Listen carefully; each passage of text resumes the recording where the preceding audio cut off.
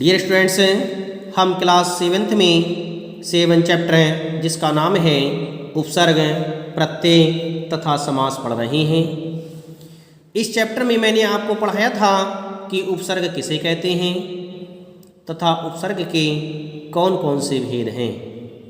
मैंने आपको पढ़ाया कि जो शब्दांश मूल शब्द के पहले जुड़ करके उस शब्द के अर्थ को बदल देते हैं उसे हम उपसर्ग कहते हैं।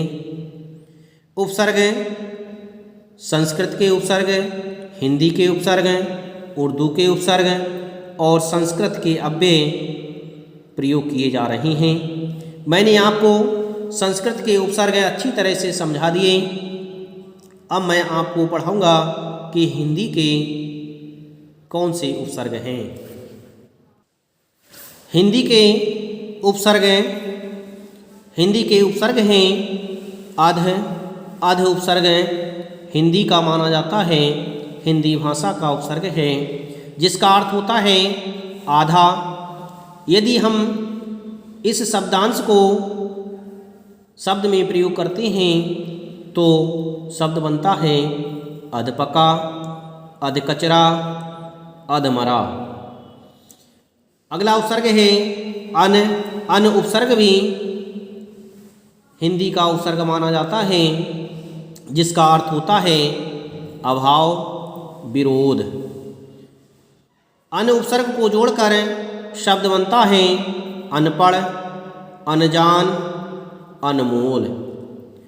इसी तरह से अगला उपसर्ग है उन। उन उपसर्ग भी हिंदी का उपसर्ग है। इसका अर्थ होता है एक कम।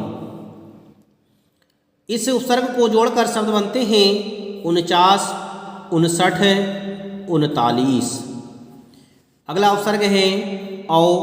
औ उपसर्ग भी हिंदी का उपसर्ग माना जाता है।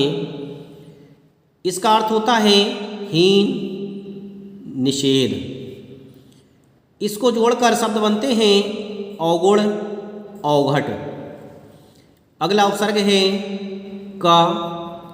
का उपसर्ग भी हिंदी का उपसर्ग माना जाता है जिसका अर्थ होता है बुरा। इस उपसर्ग को जोड़कर शब्द बनते हैं कपूत, कसूर। अगला उपसर्ग है को।